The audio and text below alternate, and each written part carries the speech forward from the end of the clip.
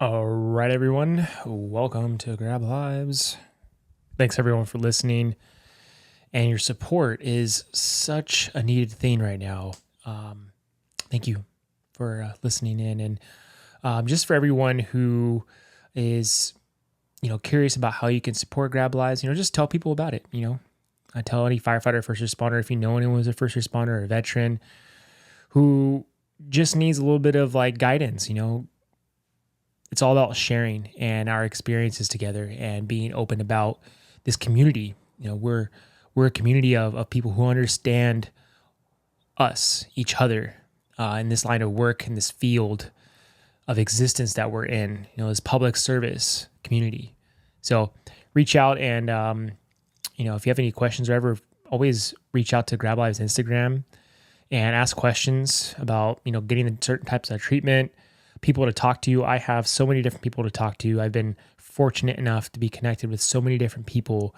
So always feel free to reach out. And if you can, just like, subscribe. It really helps the algorithm on all the platforms, YouTube, Spotify, Apple. It helps get this podcast to certain people who need to hear it. And it's just the way it works. It's the internet. It's artificial intelligence in quotation marks, right? But just to start off with this disclaimer, everything we say and do on Grab Lives podcast does not reflect the City of Los Angeles Fire Department. So aside from that, if you are interested, reach out to Frontline Behavioral Wellness. They have a hotline that's provided for first responders. It's dedicated to you. If you're a spouse who wants to kind of figure out something for your spouse, call the hotline. It's 661-877-7241. Please reach out. They are a great facility, and they are designed to really help first responders in every single way: anxiety, depression, PTSI. They do EMDR, hypnotherapy, group therapy. They have a peer support group program that's really awesome. Just check it out. They got more stuff. You can check out their website. It's acerahealth.com. If you live in Costa Mesa or Orange County area in Southern California, you could definitely reach out to them. They're a great facility in that area. They deal with issues of addiction. So just reach out to them. They provide a service for Grab Lives being available on all platforms, and they provide help with some of the equipment, the audio to sound really good, and just improvement on this platform and what Grab Lives can offer. So thank you everyone for your support and listening. Today's episode is with a special guest, Sergeant Chris Gerber, who is a retired police officer from Tustin. Did some work at, I believe it's University of Irvine. I don't remember, but anyways, you'll hear more about his story. And, he's got a big heart, and he really, showed up today to really go into, his personal experience and being able to understand how he navigated it and all that stuff. So it's a great episode. Thank you everyone for listening, and listen in. All right, everybody. So I'm here with Sergeant Chris Gerber, and the funny thing is when we did this episode, we already recorded this episode. And then something happened where in the middle of the recording, it completely locked out. It was for an hour we were talking without actually recording properly. So we're here again. We're going to try to redo it. We're back. So anyways, Chris, thank you for showing up again, brother. And this is kind of like a funny thing, but we'll get to it and go about a new conversation and maybe revisit some of the stuff we were talking about. All right. But I was introduced to Chris through Dr. Heather Williams, who had Chris show up for different peer support group conferences. Is that what she does, or trainings? Yeah, she originally, when she was hired by the Orange County Sheriff's Department, Cool. she would provide the month or yearly training Yep. that was required by post for mental health or whatever they called it then. That's how I was first introduced to her, because she was our trainer for that. And how did you guys meet? Well, long story is kind of towards the end of my career, probably from probably like 2016, 17 on, when I was working at Tustin, I had a couple away from work, never had them on duty, away from work, a couple little panic attacks, mostly sleeping anywhere but home, traveling, hotel rooms, vacation, training, you name it. They started coming on, waking up in the middle of the night, panicked and very claustrophobic, not knowing where I was, what was going on. But even when I woke up and realized, okay, hey, you're at a hotel, you're training, or you're on vacation or something, the room was very closed off. It just hit me really hard, would wake me up from a dead sleep on pretty much every occasion, whether I was sound asleep or I just fallen asleep, whether I was drunk and passed out, it didn't matter. And it was always pretty much at the same time, 1 a.m, sometimes 2 a.m, would wake me up and instantly hit me with anxiety or panic. It does feel like panic. I don't know why. I wasn't panicking over anything. It's a very strange sensation, but claustrophobia was a big thing. But this happens when you are waking up and have this experience? No, it would wake me up. Oh, it would wake you up. It would be, again, I know one time I did go to bed. I was at a training conference and we went out drinking. So I went to bed and passed out, which at least me or, most people don't wake up from that until the next morning or whatever. But that time and other times, it just wakes you up. Like, interesting. Sound asleep. Sometimes it'd be masked by a dream of claustrophobia, being trapped, being confined, sometimes underwater, sometimes not being able to breathe. That was a common theme. But sometimes there was no dream. Sometimes it would just boom. And I would like wake up again, sleeping like a bear, out cold, wake up in an instant, heart racing, and immediately feel, got to get out of bed, got to get out of this room, got to get out of, whether I was in a bedroom or in a hotel room or something, got to get out real quick and just get out. That's interesting because, I never have issues with like dreams and things like that, or be woken up with a nightmare or whatever. But I do have, my girlfriend has those issues. And then talking to other friends, they've had kind of the similar experience. So I didn't realize it was kind of connected to your sleep. That's pretty interesting because I know there's some things, specifically sleep paralysis, that takes place. So people have dealt with that. And so my girlfriend has some of those issues. And then one of my friends, he studies his sleep cycles, and then actually he learned to navigate his sleep cycles to where he go into a sleep paralysis state and then use that experience to go into an altered state of consciousness to navigate his dream. So he would actually catch himself in the dream and learn to control the dream, kind of like the movie Inception. Wow. So he's an interesting person who I've talked to you about this. And I definitely think this is something you'd have to talk to, people who've dealt with this before, because sleep paralysis feels like you're out of your body. You're still kind of tethered at some point to like a part of yourself, whatever is in that dream cycle. And people feel like an extreme amount of fear that comes up in that experience. But some people who I've heard who have done it, they will actually stop being in fear. Right. And then when they do that, they actually can go into that experience and navigate it and figure out what's going on. It's really weird. Wow. That would be awesome to be able to control it. Yeah. But at least on all the little ones I had leading up all those years from, like I said, 2016, 17, as they went on, again, whether I was dreaming or not, it would just, you would wake up so fast. And we all don't wake up quick nowadays. You hit snooze, you want to stay in bed, of course. But there was nothing more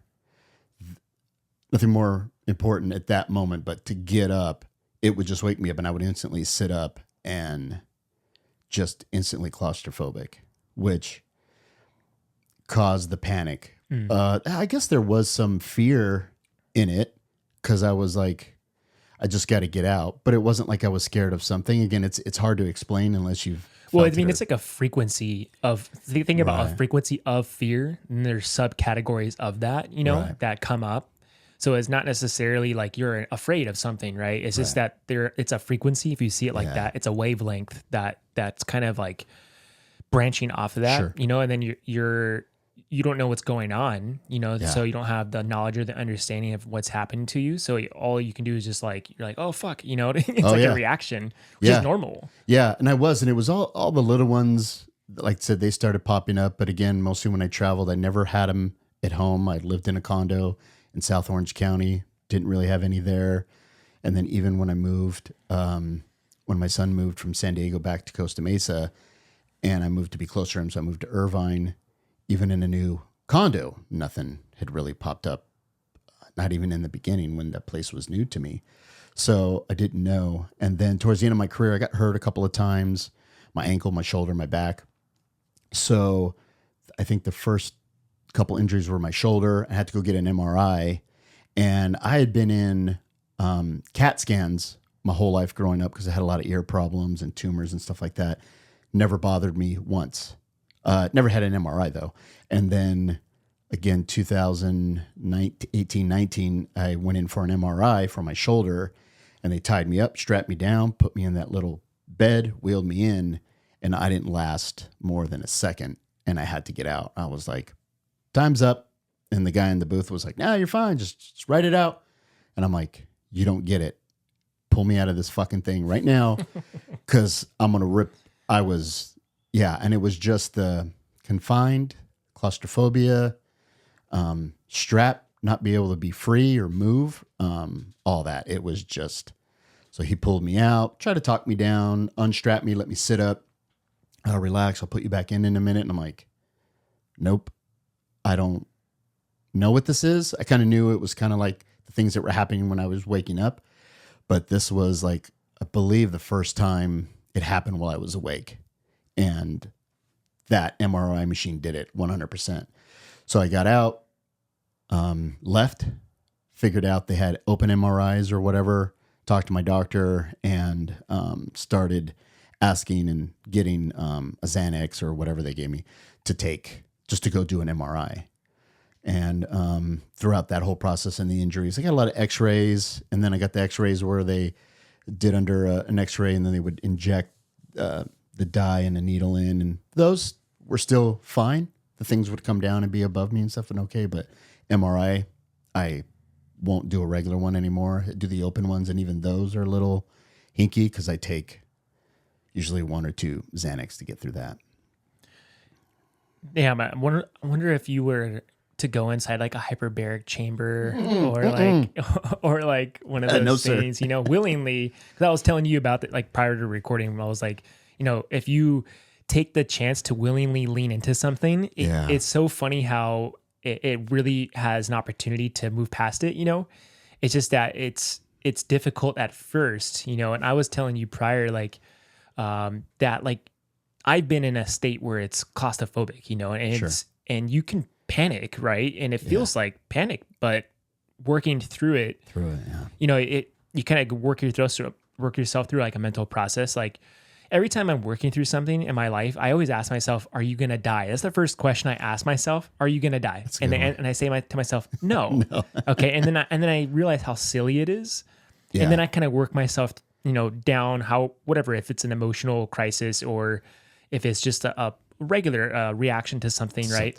I always ask that first question because once you ask that and you answer, "No, I'm not going to die," It does you're make oh fuck, I'm okay then. It makes everything so better, I'm making this up in my head. Or for some people who are dealing with something though, you don't want to say, "Oh, you're making this up in your head," because that could be very traumatizing to say that to people, sure. But in reality, if you give yourself the opportunity to kind of play with it a little bit, it's pretty interesting how you could really move forward, Yeah. But I know, like, well, for us, when we're in our gear, we have like up to 60 pounds of gear in our turnouts, and it's really hot. And we have our breather on, and you're breathing out of a mask. And some of the trainings, they force you to be in situations where you have to get out of really tight, situations. Sure. And I remember being in the training and having that experience where I kind of panicked. And this was like my younger years ago, and I was definitely panicking because it was extremely hot. Right. sweating my ass off. Right. And then, I asked myself, are you going to die? When I started to panic, and it was an unconscious reaction, Sure. Sure. and then I told myself, breathe. Power of the breath is really important. I Yep. think you were telling me that your experience with, Heather, she taught the breath is really, Yep. valuable. So it kind of leads into, Heather and how she was able to help you, work through Right. some of those major reactions, Yeah. Because after I had all these little ones and the MRI and realized it was starting to be a problem, so many years went by. Not until February of 2021, I had the bigger attack that lasted 4 days, into 5 days, and it kind of maybe subsided around the sixth day. But that one, all the other ones had gone away. Not even by working through any of them. I didn't know what I know now. I learned a lot in therapy and treatment from Heather, but all the short ones that went away just stopped. This one that lasted 4 to 6 days did not. And kind of really day 2, day 3 is when I panicked. I started panicking because how do I get out of this? Why is this? And that came to a realization that, all right, it's something bigger than just being in a hotel room or just being woken up or feeling tied or strapped down and confined in an MRI machine or claustrophobia. Why won't this one stop? So it went on those days. And that's when I remembered that I had seen Heather and gone through this training for the last couple of years throughout my career because it was mandated. And I found an email somewhere because I hate to say old school, but I was an old school guy. And I was like, I'm not doing therapy. I'm not calling shit. But on day 4 or 5 of that long panic attack, for every minute of every hour, and it's not going away, and it's just as strong. I didn't sleep. I didn't do anything. You're something is happening. So thank God I found that email that I deleted. I found the number, had the therapist on it. I knew we had a program at work where you could get treatment and be confidential, because I was like, I don't know what this is. I hadn't really thought about, I'm a cop. I can't get therapy. Or I was just like, I'm in a shit show right now. And it's like day 3 or day 4. It's not subsiding. I am just as claustrophobic and panicking over, I don't even know what. So I reached out, and then she was a godsend. I love her. She helped me. That was the start of my journey, our journey together for a year, maybe a little bit over a year. Therapy. We did EMDR treatment. I was open to whatever, give me ayahuasca. I didn't know, I didn't do that, but I was down for whatever, because I wanted to get better and I wanted it to stop. I wouldn't want this shit on anybody to feel this. And through working with Heather, like I said, a year or more now, a year of mostly all the therapy and the treatment. And now, I speak at her classes and we work together and stuff like that. And I don't go to therapy anymore, but I mean, her and I still talk, but it's like in the beginning, I was open to anything. Yeah. And I was like, give it to me. And now that when I talk about it, and I have thought about, I was a cop, and then through my retirement and then reporting this to the city and all that went down. But now when I speak about it, like a lot of cops, and there's more than just cops in these classes, it's probation officers, firemen. I get people on the break. I only do about an hour.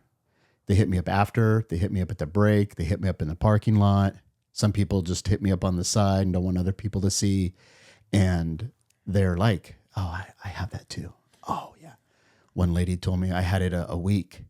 I went to the ER 3 times. They didn't know what to do with me. They gave me pills. They sent me home. Never went away. Got worse. And people don't know how to get out of it. So I know I'm not the only one. I'm not an extreme case. Wasn't suicidal. Didn't do drugs. I wasn't living on the edge. It was just like, I wanted to stop. And I just knew I needed to speak to a professional. And once I did, I figured out what it was, how work caused all of it, how it changes you. This job does change you, and got better through her help.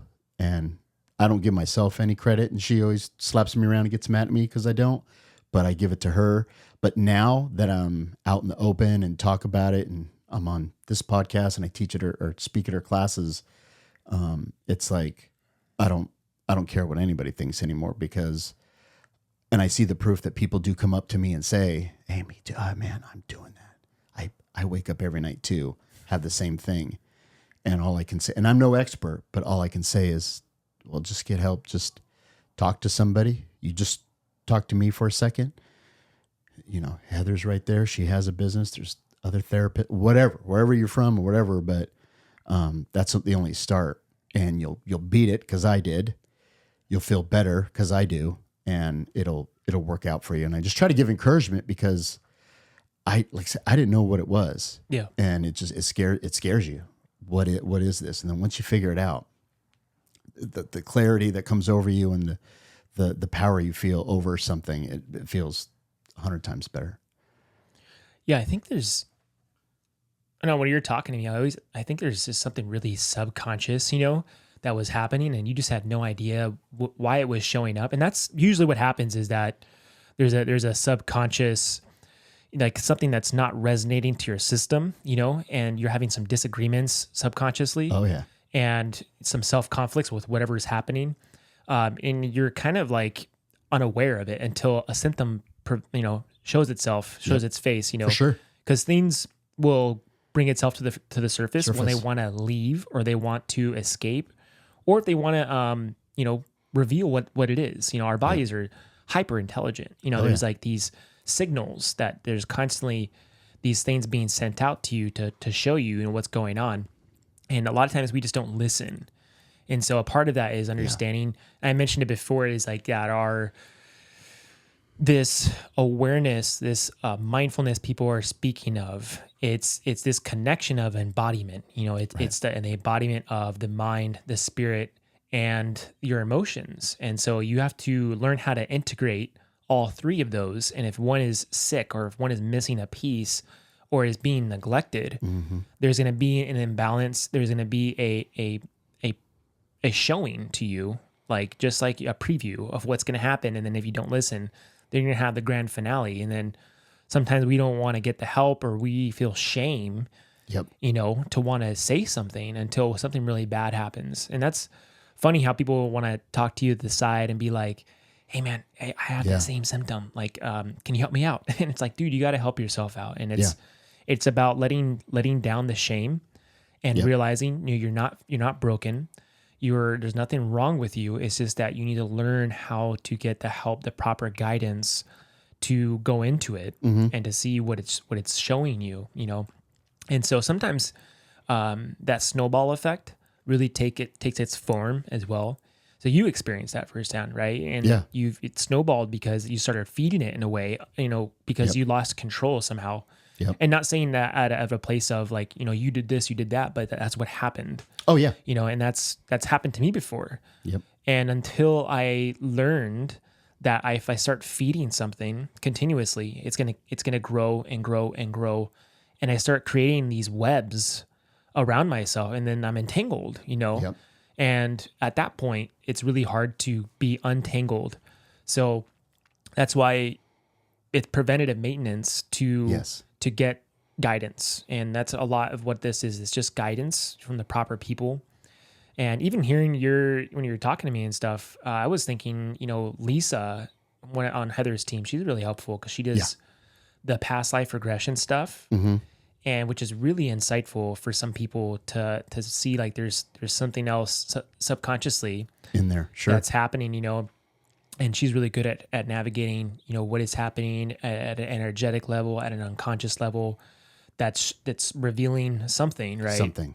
So, but yeah, I think you said you reached out to Heather, right? And then she got you the help, and you did EMDR, right? And that was one of the bigger things that kind of absolutely helped you out. Yeah, she I think we went maybe 1 or 2 sessions, about an hour each, and then probably the second or third session I had with her, she goes, "Oh, there's EMDR."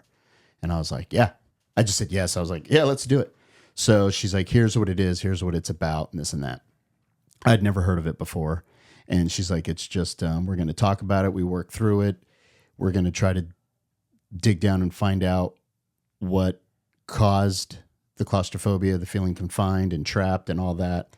And we narrowed it down to like maybe 4 incidents that happened to me at work over the year. And again, they went dormant for a long time. My first one was 95 when I worked for UC Irvine Police Department. And then I had like 3 at Tustin. I got run over once and then 2 car crashes. And all those I think were strapped down, tied down, put in an ambulance, put in a collar, had my gun belt taken from me. One accident was really bad where I was trapped inside the car. I had to fight my way out and everything had collapsed on me. I was, trapped, my legs, feet. So, but all that stuff went dormant. So the last car crash I had was 2007. The being run over and being in that first bad collision were 99 and 2001. So I didn't have anything pop up until 2016, 17. So from the last one, 10, 11 years, but almost 15 years from that really bad accident.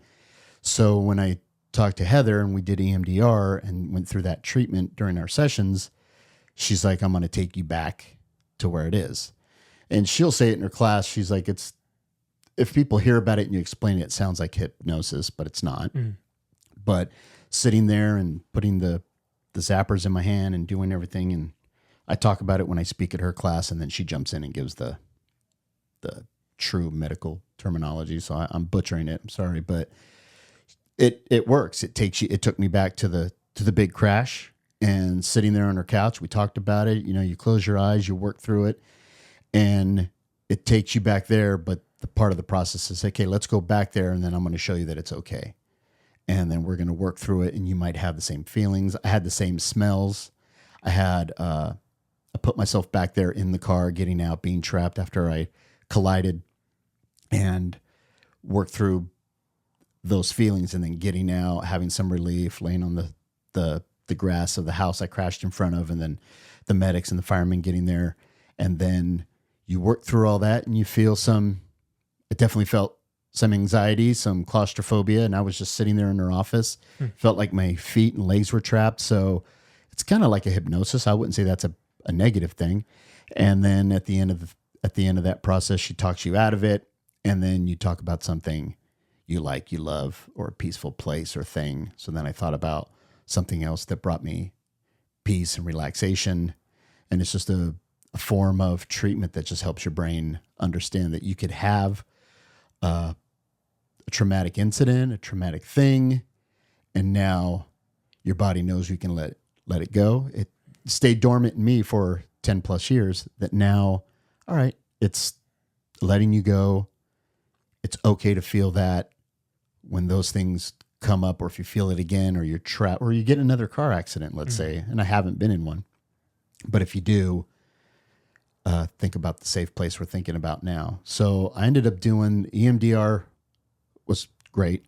I did probably, I think 3 or 4 sessions with her of that over the year. I kept seeing her, and then went, I probably did 6 months or so with her, and then I stopped, and I thought I was like golden, and I thought I worked through treatment, everything was fine. I wasn't having any panic attacks or claustrophobia or anything.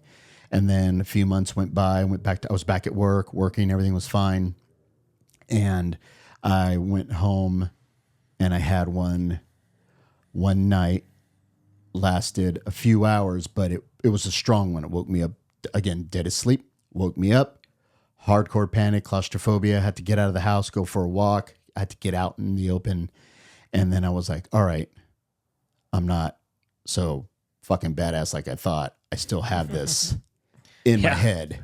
And I called her up like the next day. I got through it that night. All the tools, all the training, all the therapy had helped. It subsided. I got myself out of it. So I was proud of that. And then I called her the next day and I was like, oh, I had a big one. Because I went back to work. I'm like, I think work is still driving it home. Oh, my body is still collecting the score. I don't want to work anymore. I don't think I should work anymore. So then at that point we decided she wrote me a doctor's note, and then I filed the claim with the city. That's crazy, dude. I think like I think the dream analysis would be pretty bad for you. I think you'd find some benefit from that, and because you're being woken up like that. I know some guys. We had a rookie at our station. He would wake up with night terrors and be like banging on the walls. We like had to tackle him. He was a big kid, Oh, wow. and I think stuff like that. It's like if you're being awakened in that state. I think EMDR is really great. I mean, people really have an opportunity to kind of rewire the brain. That's what EMDR is providing for you. And what's cool about EMDR is, it's also giving you the capability of accessing the left and right hemisphere. Yep. So it's providing this opportunity to do that for you. And then you can process something, reprocess it, and then you can move forward, but there's just layers to it. You know what I mean? So the deeper the layer goes, you're getting to the root of the issue, which is cool. And the part 2 is like it also changes your brain waves. Yes. So like understanding alpha, theta, delta, these and beta brainwave states, these are things when you're getting programmed, you're programming the subconscious mind. You're giving the mind an opportunity to be programmed in those states. If you go into delta, the delta and theta brainwave states are those brainwave states where you can really start reprogramming what's going on. So in that context of, delta, theta, when you go into things like meditation, and you're in meditation, a lot of times memories can come up and activity of your subconscious mind to where you're able to process things, get understanding. That's why meditation is great, but it takes practice to get to that point of shutting your mind down and being able to go into those brainwave states. And when, Lisa does these past life regressions, she's putting you in a state to where she's having delta and theta to see what comes up. So, we're so intelligent, but if we're not given the education on how it operates, we're not going to be aware of it. So that's why it's important, like, to hear about some of this stuff, because it's easily reprogrammed, but a lot of times we're stubborn too. So people hit a block or a blockade within themselves. And then when that happens, then you can introduce, okay, so what are your belief systems supporting this? Right. And what are your values that's supporting this? And then you can really find out, like, this goes even back to childhood, or to another event, a marriage or whatever. Right. Anything can come up at that blockade. And that's why when you go in these deeper layers, it's really fascinating how strong we are and how intelligent we are and how we create our realities, but you have to go and have this courage to go in there and really open up some doors and see what's inside. And it's scary for people. People are afraid of the truth. Absolutely. And it's like, absolutely. But the truth shall set you free, and it's really an important part of understanding all of this is just being in our truth and being in our sovereignty. And you thank yourself in the end. You're like, holy shit, I was afraid of this. Like, and this is only speaking from experience, because I've done this work, and I really understand, like, Dan, I was afraid of something for such a long time, and it was holding me back subconsciously. Right.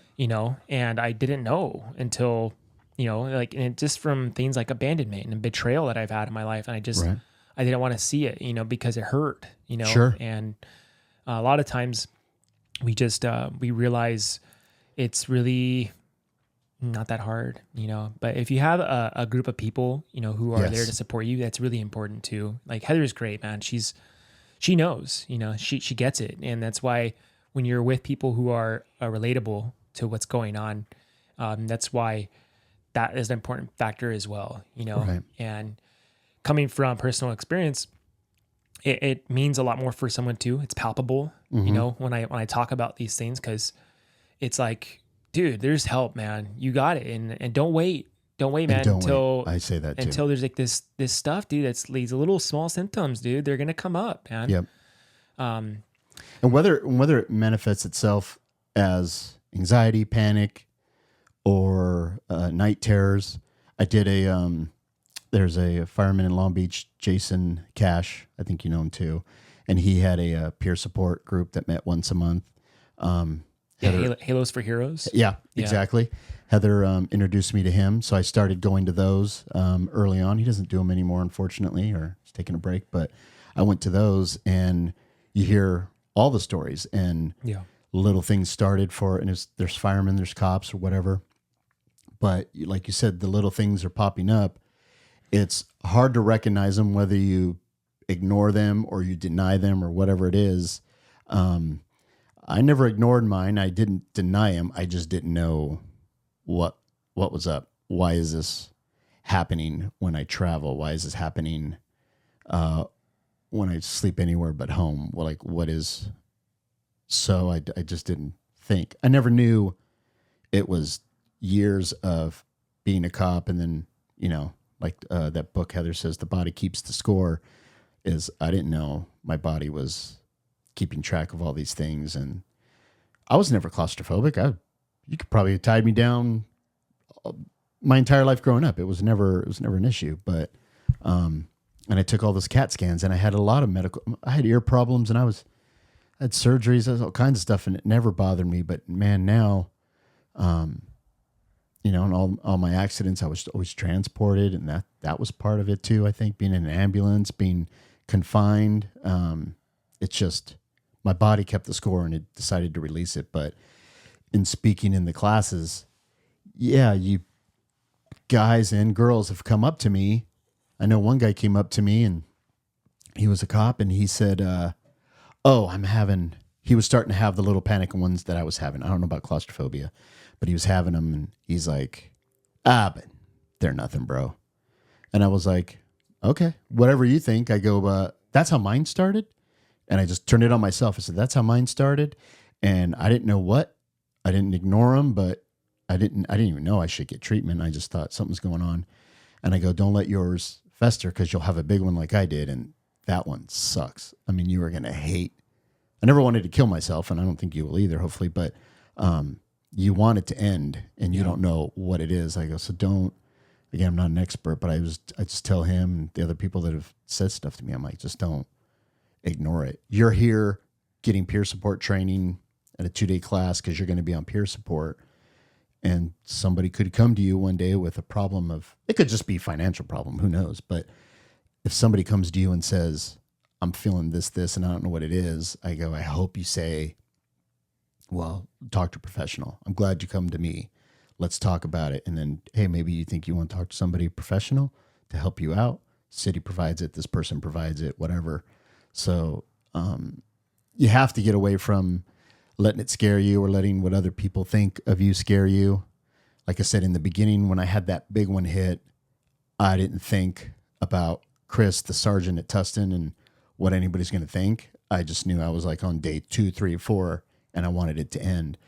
But once I filed the claim and then went off work, and then I knew everybody at work's going to know, I did that, like, pretty much consume my mind at that point.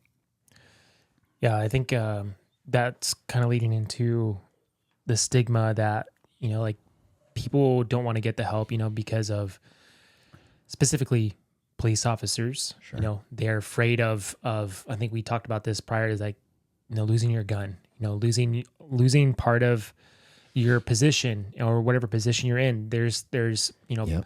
movement and things that are going to happen if you do file a claim, or the fear that something's going to happen depending Yep. on, the agency that you're working for. And that's sad, dude. You're in fear of, Totally. of losing something you really care for because you want to help people, right? And provide law and order at some point. And that keeps men and women from wanting to get help. And it really is hard, man. That's a hard place to be. I get it. It makes tough. sense. It's really, really hard. So I think getting the peer support is great, dude. It's so helpful because you technically don't have to file a claim or anything. You're just seeking out guidance and counsel from someone who's had some type of experience. Like if someone came to me, because I'm a peer supporter, someone came to me with something I don't know, right, how to deal with that situation, I know a bunch of people who do. You know what I mean? So like that's the cool part, is like now you have this a bigger guidance. You go to someone who can lead you to someone who've had a personal experience with that. Like I know someone who's in peer support who's dealt with 3 divorces and has been through that. I have not. So I know specifically that person knows how to get through that. It can really help you out and be that source for you. Absolutely. You guys can talk and you have this commonality. And so that's a really great way to approach this, and my experience is I was going through my own issues and I had reached out to our city department's psychologist, and their whole program was not that great. And so they told me they had 3 months for someone to see me before I could even get help. Oh, geez. And so that's where I was like, holy shit, there's something wrong here. But I was uneducated on the fact that our union provided something different. But at the time, dude, I was like, I was in your position where I was like, dude, I don't give a fuck what people think about me. Like, I don't care. I need help now. Yep. And I wasn't getting the help. So I was like, whoa. Yeah, and then when I finally got a call from the psychologist, she was telling me, because this is a workers' comp case, we can't help you. And I was like, whoa, like what is going on here? So I really lost trust with, that branch of the department I work for and how they were helping, the men and women, because after looking into it and doing the homework around it, we have like over 4,000 members, right? And they had 2 psychologists to help these people for that branch. Come on, But luckily, being now that I'm a part of, the team that's helping the behavioral health stuff with our union does a completely different approach. Sure. With anything, and you just have to be educated on where your sources are. And at the time, sometimes you just have no idea, you know. But luckily, someone like Heather, she's got so many resources and ways to assist you. So it's really helpful. I'm glad you were able to be connected with her and stuff, because when you don't have the support, it can be really, really difficult. You definitely learn a lot about the process, because like I said, we had the post-mandatory training a year. It was 4 to 10 hours, something like that. And she taught it with somebody else. And then that day I reached out and just happened to find that email. It had all the doctors listed. At least Tustin did a really good job with providing care. You can get it immediately, or at least over the phone, which I guess that was my first session over the phone. And then the psychiatrist or whoever you end up talking to, therapist or whatever it is, they just bill the city as a number, and it's pretty much infinite. It can go on for as long as you want. I went like once a week for a year or so, and they never batted an eye. And then, it does change a little bit when you do workers' comp, because now everything that you said is coming out in the open, because you're saying work caused this or whatever and stuff like that. So I went through the hoops. You learn a lot about the process. You learn a lot about who's going to know what. And then, like I said, my mind, the frame of mind just changed. And I'm like, all right, now everybody's going to know. And then I remember I filed the claim in like July. And then I had a month I had to use my own vacation time while they figured out whether to accept the case or not. And in order to do that, even though they trust Heather and her corporation and all these other therapists to treat us, their word isn't good enough to accept the claim. I had to go see somebody new. And I did that on Zoom. I did it. I think I retook the MMPI, the MMP3, and every other friggin' test written first for this doctor. And then I finally sat down with her on a Zoom for an hour, and her diagnosis of me was completely different. No anxiety or claustrophobia. She said I was depressed. And I was seeing a psychiatrist through my regular health insurance to get the Lexapro I was taking. And those, my therapist or my psychiatrist, and then Heather said, "You're far from depressed. You show no signs of it, and you're living your life pretty much normal the best you can. You're not depressed at all." I wasn't sitting inside. I wasn't doing any of that shit. But what this doctor said over knowing me for an hour on Zoom, one, she said, okay, yeah, you're depressed. That was her clinical thing. And we started talking about, they had changed the law. So now if you file a claim for something mental, it's assumed that it came from your job, like your back, your knee, or whatever. The skin. Presumptive, right? Yeah, the presumptive. And she's like, "No, it's not." And I'm like, "Yeah, it is. I just read it." And I wish I recorded her that session, but she said, "Oh well, you signed up to be a cop. You know what's coming. This is what you." I think I don't know if she said the word deserve, but she said, "Yeah, you signed up for it. You knew it was coming. It's to be expected." And I'm like, "And you're a therapist?"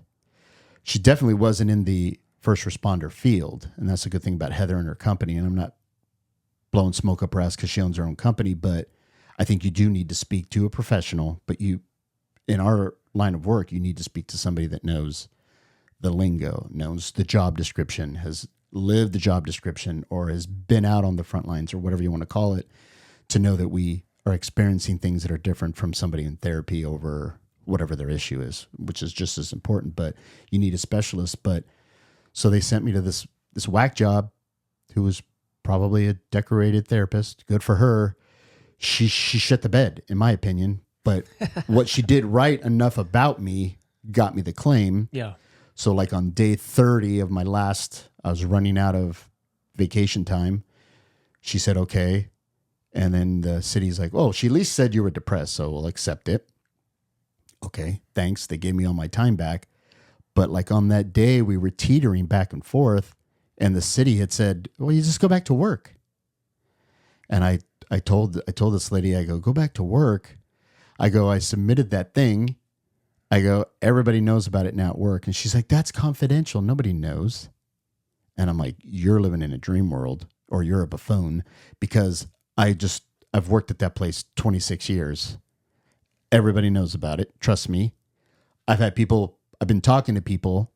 Some I've come out and told them what's going on. Some I haven't, but some are like, hey, you should do this. One guy told me, oh, you should take testosterone for your anxiety. I didn't tell him I had anxiety, so he knew.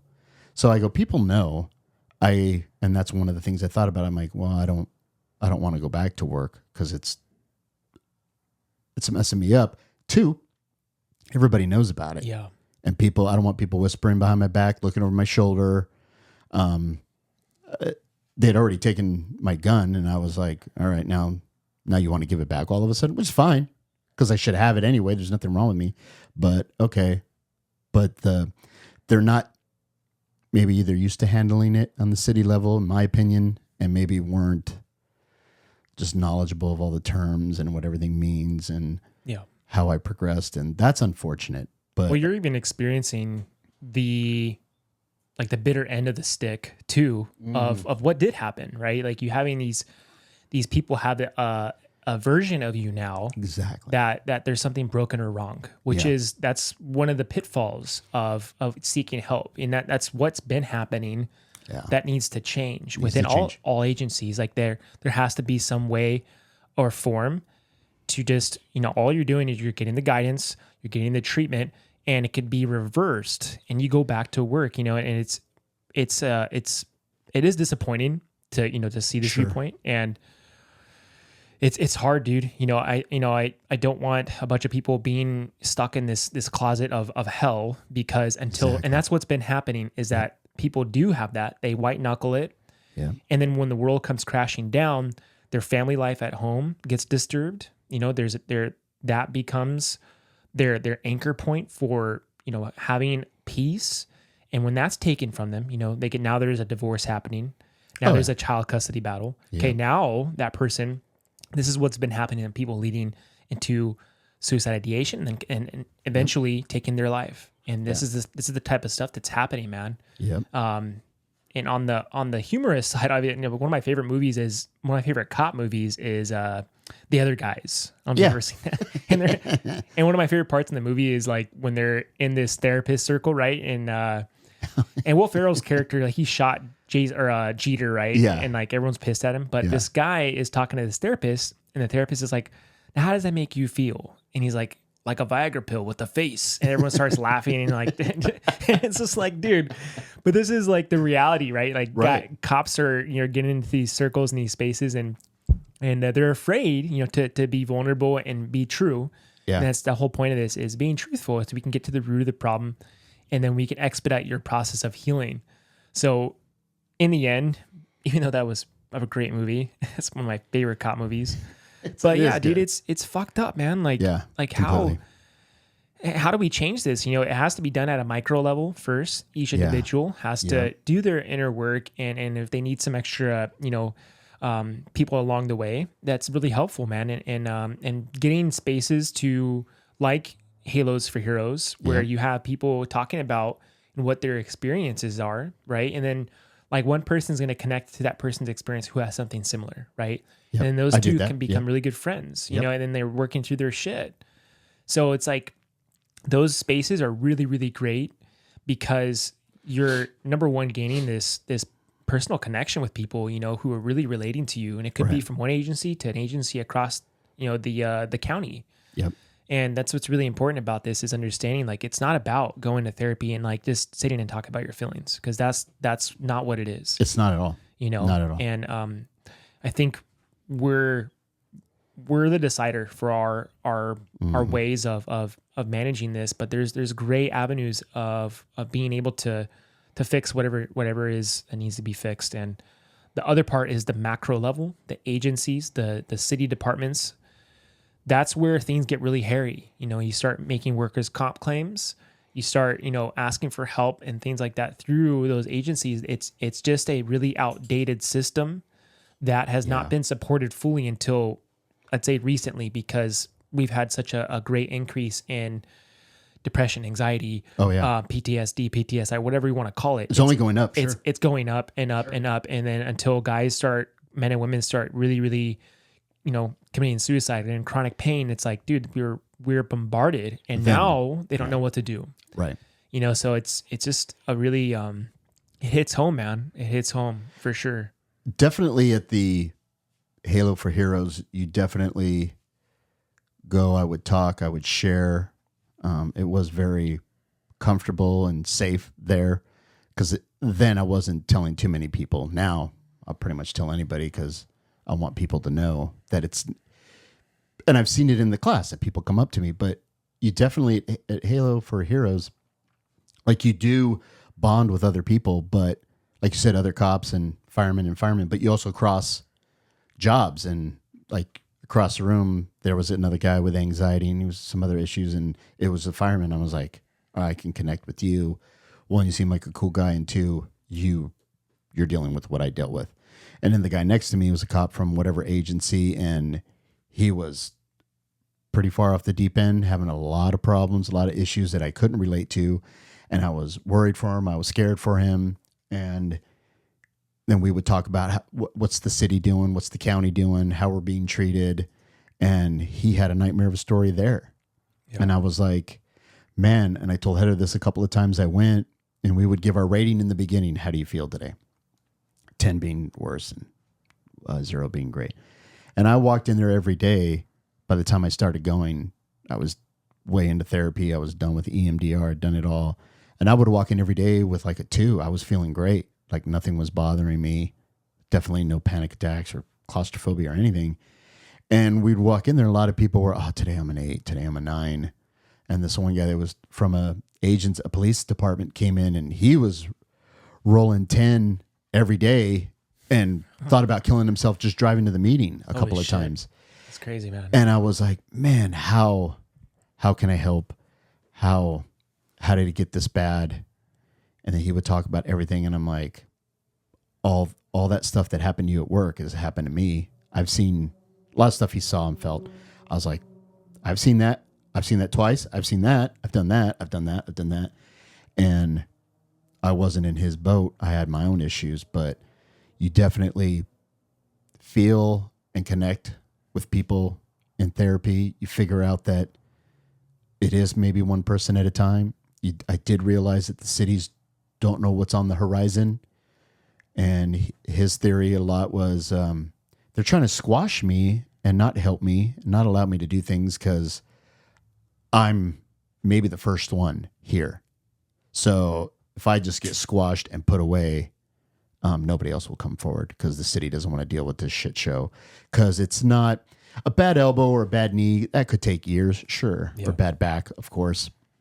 But do cities want you anymore? Do they want to take care of you anymore? Do they want to help you out anymore? I don't know. Every city's different.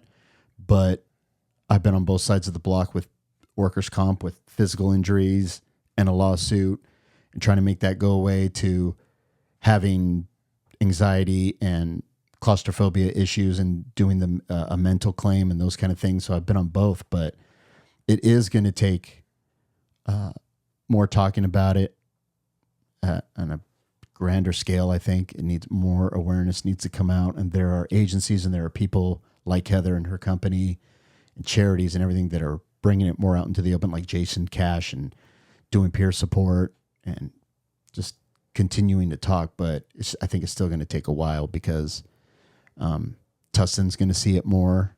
They had one big case before me, but that one kind of just happened and they just quickly dealt with it and it went away. The guy retired. Everything was over. Mine, it was a claim, which somewhat challenged. They made me prove it. Just fine. I get it. But then it drug out for a year and now it's basically over now. But yeah, it's not going away. Yeah, it's not. It's actually coming full throttle, to be honest. Mm-hmm. And so it's kind of it's great, you know, especially so your generation is they have a hard time, you know, saying and being willing to be open about it because there's this feeling that you're, like I had mentioned before, like you're broken or something wrong. You know, it's not true. Right. Not at all. And so I just really want to, if any police officers listening to this, just know, man, that's not fucking true. Get that out of your head because you're believing in that. Now you're going to create an idea in your head and it's just not true.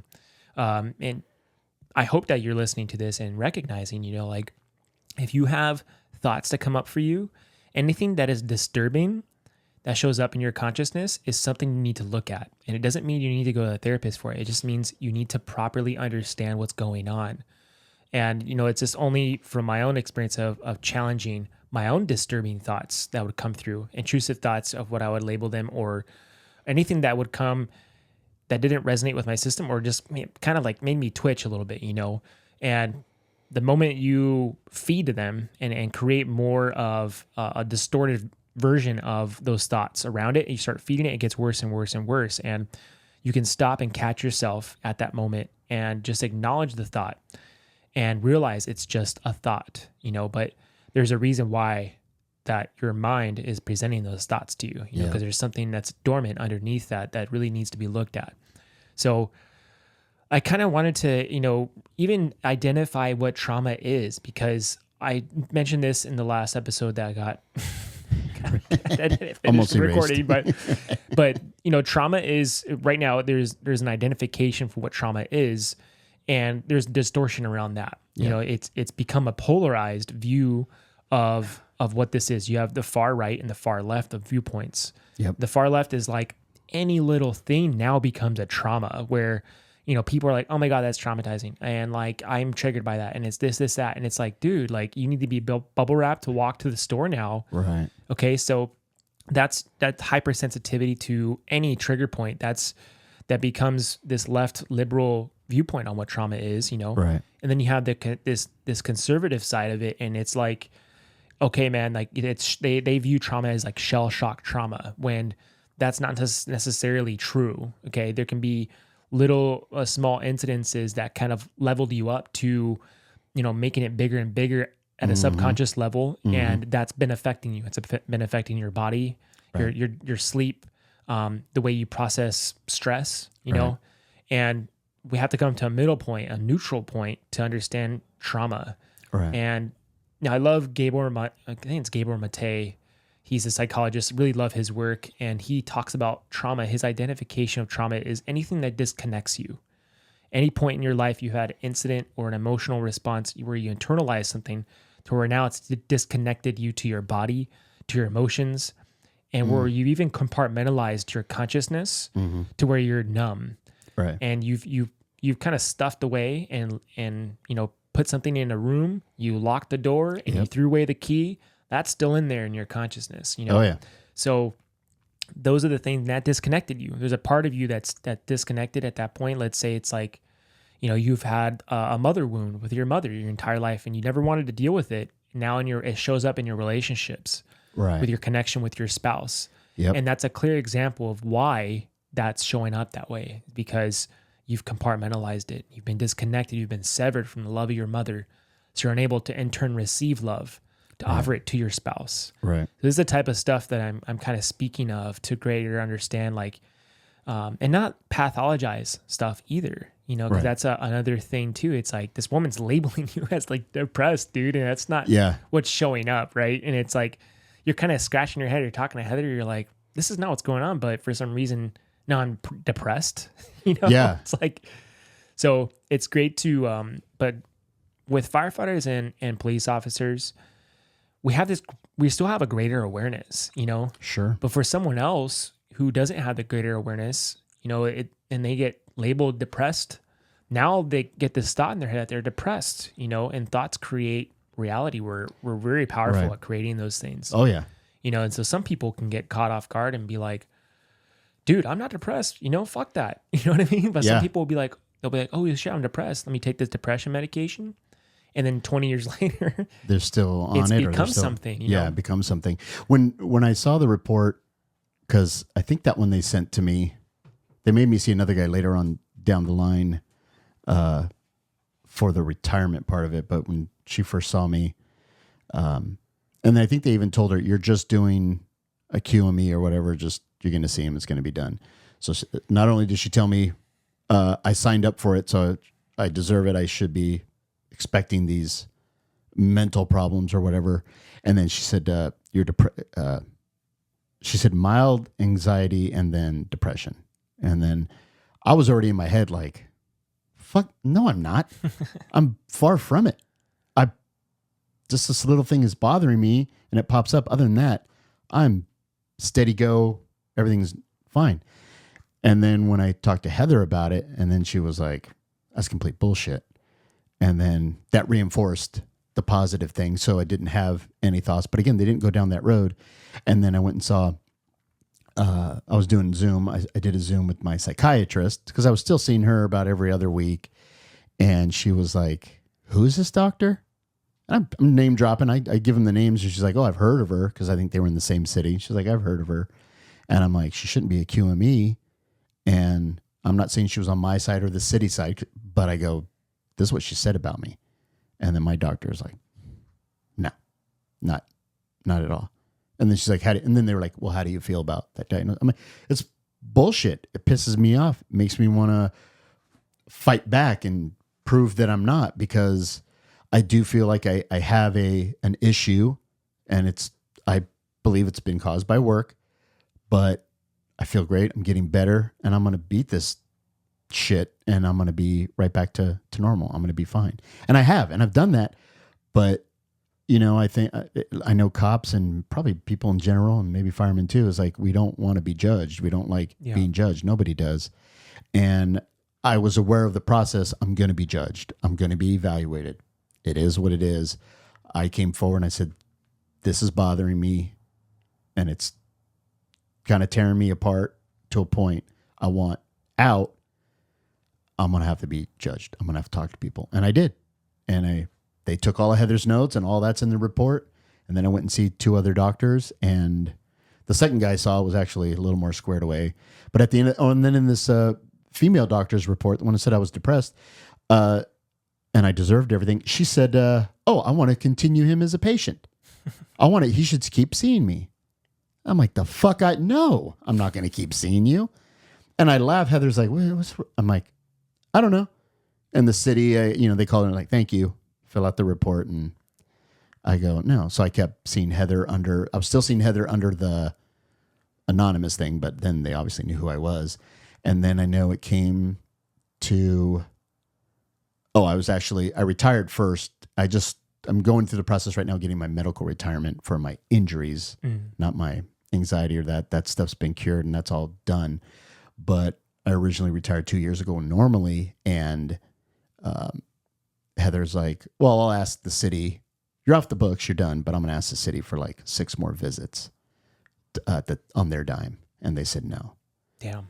And I was like, and the city and the agency are 100% therapy, get better, we help, and then we'll do it confidentially, nobody will know, all that. And then she asked for a measly 6 hours, $100 an hour or whatever she charges. I don't know, $200, whatever the price is. And they say no.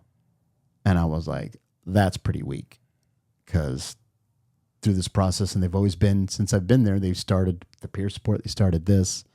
I'm like, what's 6 more visits? Why not? But I think I'm guessing it comes down to sometimes money. And they were done with me. You're getting your retirement. You're out of here. We're not paying for 6 more visits. Pay for it yourself. Yeah, I think some people get caught up too, and we all get this response, man, that we get this betrayal, administrative betrayal. Yeah, for sure. And it hurts, man. Yeah. You come in and you show up year after year doing a public service job, right? To risk your life. We were just talking before we were recording, like, all the shit we can get exposed to. And like, dude, we're out there, man. And we are exposed to a lot, dude. And it's like, when they don't show up for you, the agency or whatever, and they don't do what they say they provide, like the care that they're telling you they're going to provide, it really hurts, man. And you're like, fuck, I put my time in, I'm serving, and I'm risking my life, Yep. And when I go to work in the morning, I know there's a possibility I may not come home. Yep. You know what I mean? And I'm okay with that. But people don't realize that we have to put ourselves in that mindset to show up at work in this type of career, And I think even with medical betrayal, because I've dealt with that before between so many different medical doctors through workers' comp and private doctors, to where I was misdiagnosed many of times. I mean, I've never dealt with anxiety my entire life until I had my concussion. And it was a traumatic brain injury induced anxiety, but I've never dealt with it in my life. And I went to a doctor and he prescribed me anti-anxiety medication. He said, "No, dude, you're anxious. This is just a regular concussion." And I was like, "No, dude, fuck you. I've never dealt with this in my life. And this is how you treat me." And he just like walked away. He didn't want to talk and go further into the conversation.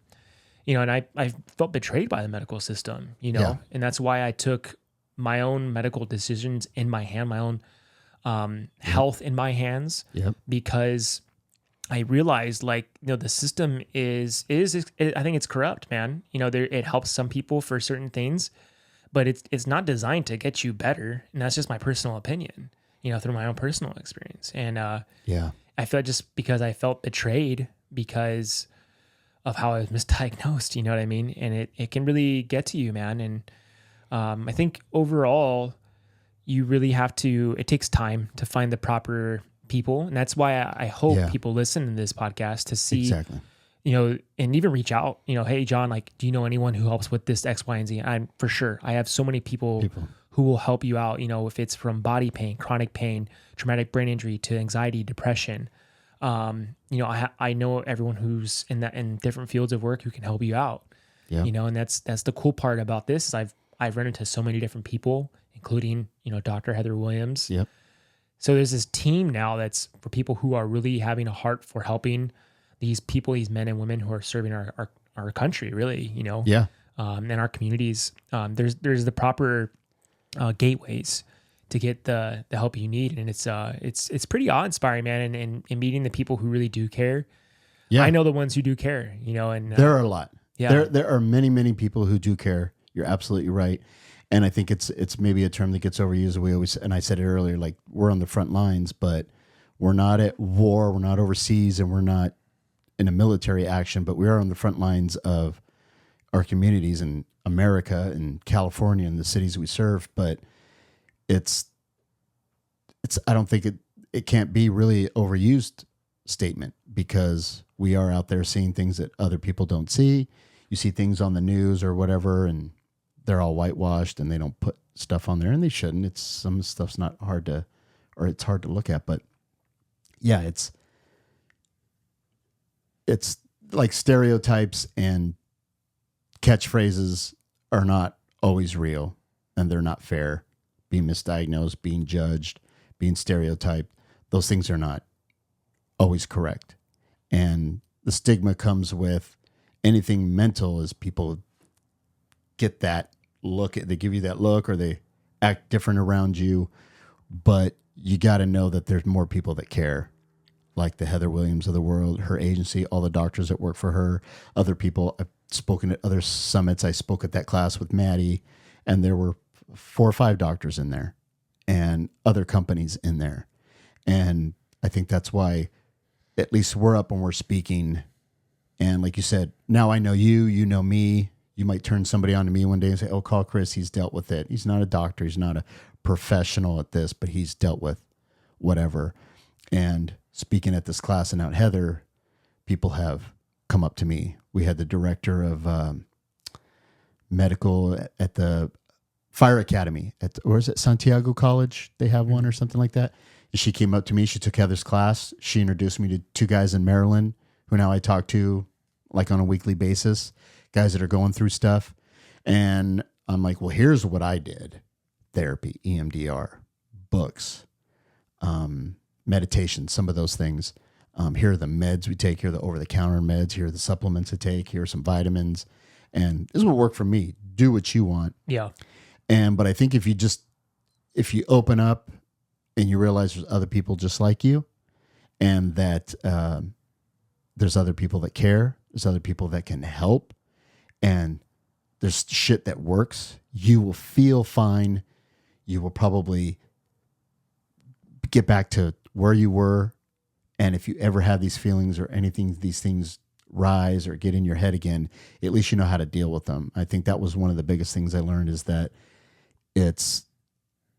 I might feel like it again. I might have a little anxiety attack or a little panic attack or something, but I was able to work right through it. In the beginning, when I first saw Heather and things were coming down, yeah, different story. Well, these things really, this is a trigger. This is a trigger. It's I'm feeling this by just watching this movie, by watching this show, by hearing whatever. Now it doesn't really bother me. I'll have 1 or 2 here and there, maybe 1 every couple of months. Something will pop up or something, or 1 this week, 1 last week, something like that will pop up. But when you know and you reach out and you get the help and you have the tools to get you through these things, it's okay if they do pop up, because then you just brush it off and you're like, oh, I know what this is. Whereas when this first happened, I didn't know what it was. And that scares you more. It scared me more, not knowing what it was. Yeah. And I think that is scary for everyone when something shows up. You're like, holy shit, dude, like, what is this? You know?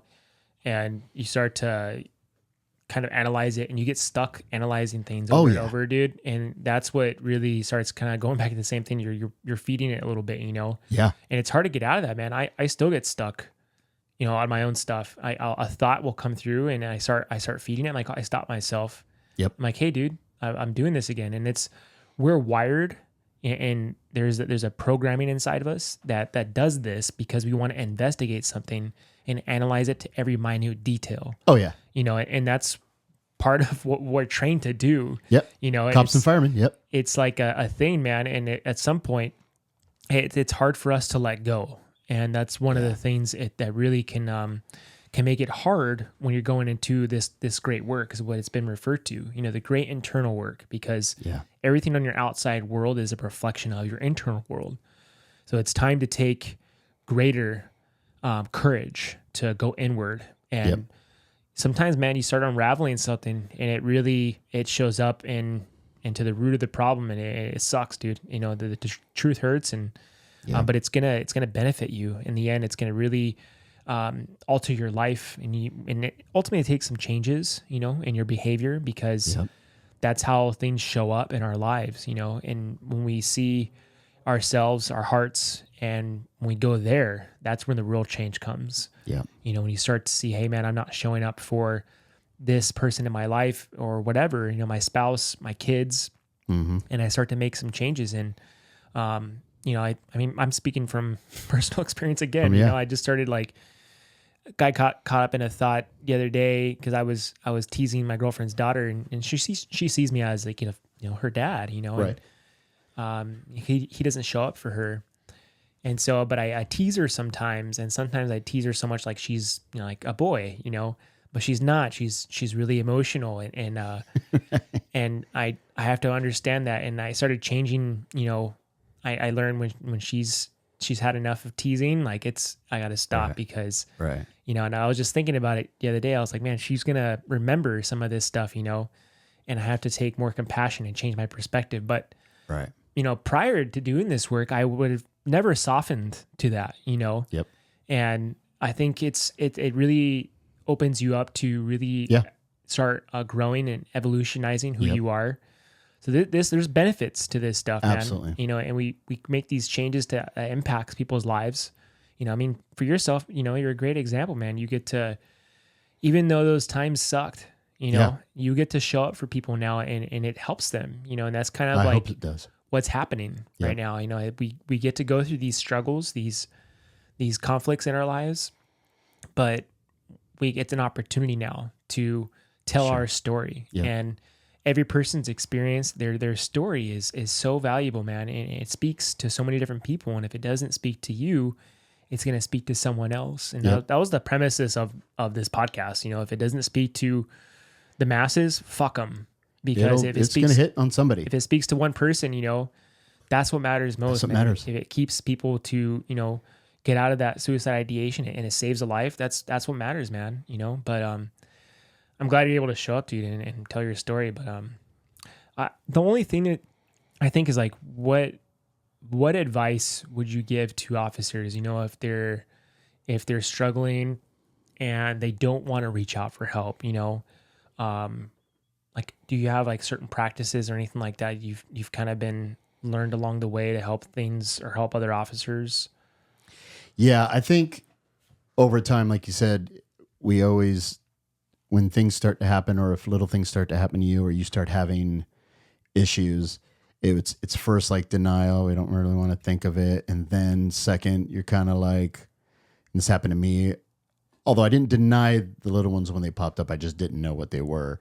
And then as they started happening more, then I went from not knowing to, okay, why, what's going on? And then through therapy and working on it and helping, then you get to the point where you're like, oh, okay, now I know why. Now here's how you fix it. This is how you get better. This is how you work through it. So now if I have a little one, I don't think too much of why.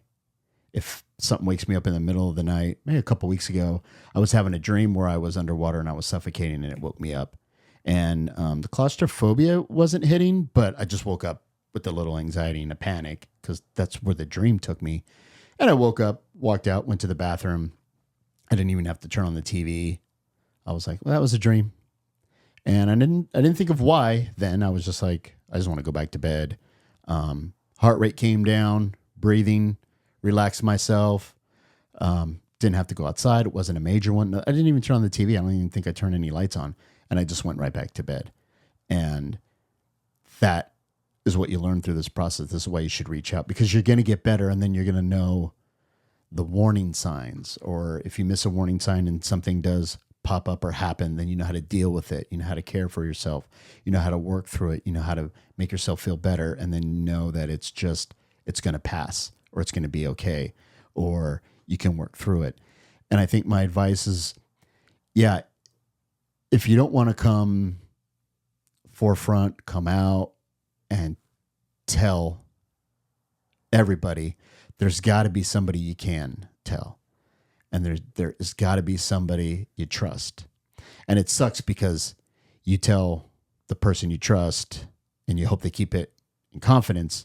That person has somebody they trust, of course. And then they tell that person, and then that person has somebody they trust. So it's hard to stop the wildfire. I get it. But in my and when I teach at Heather's class and I speak, I just say the same thing. The peer support's a great thing. It has to teach, or it has to give somebody some confidence that they can reach out, but they really have to know who's on the peer support. They have to know who can keep a secret, so to speak.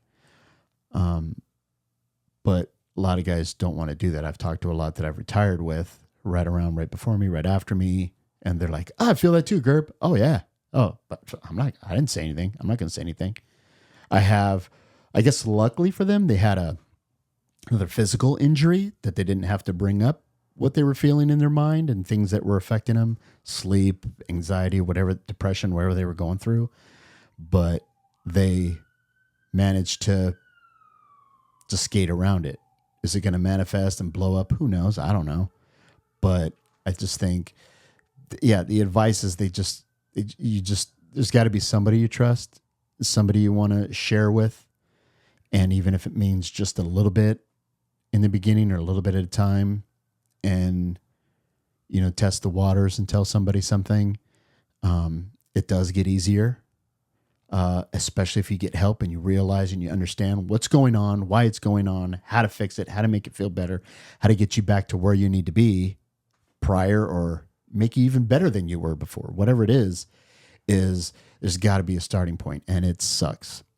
And like I said, it was easy going to Heather right away because I wanted it to stop, and I was just a number getting billed to the city. Nobody knew shit.